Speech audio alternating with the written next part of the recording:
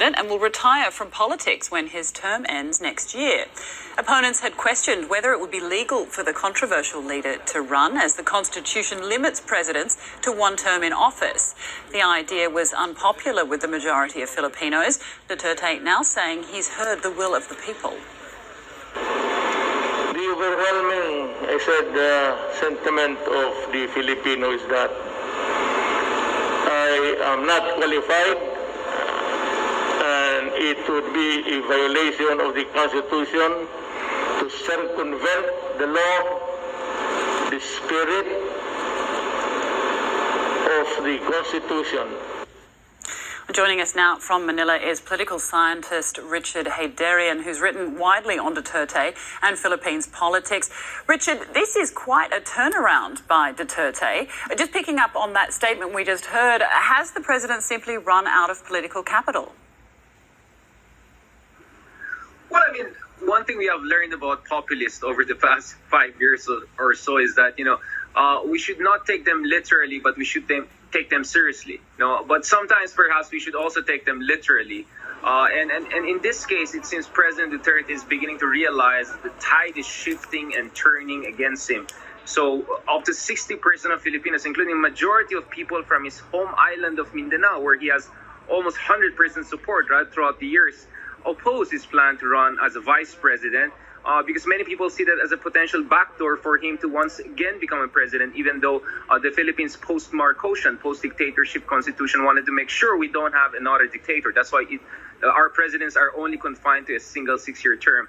His approval ratings, while still high, especially by Western standards, they have also suffered double-digit declines over the past few quarters. And a lot of his allies, including Senator Emmanuel Manny Pacquiao, a former ally of him, are now turning against him.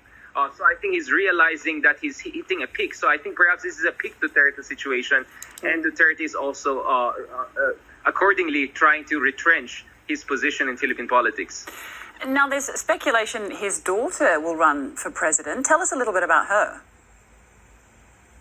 Well, Sara Duterte is now leading the survey of potential contenders for presidency next year, but she is on a downward trajectory. Her numbers were around 28%, so she was not really a clear front runner. As we saw in the past, there were candidates who had 30-40% of the support heading into the presidential elections and didn't win, like former Vice President Binay. Her numbers were pretty good, but they're on a downwards, trajectory. She went from 28% in the second quarter of this year to around 20%, and now she's statistically tied with Ferdinand Marcos Jr., Bongbong Marcos. So I think the other big factor we're not talking about so much is the rise of the Marcoses, and the lone son and the scion of Ferdinand Marcos, the Marcos family, which used to dominate the Philippines during the dictatorship days.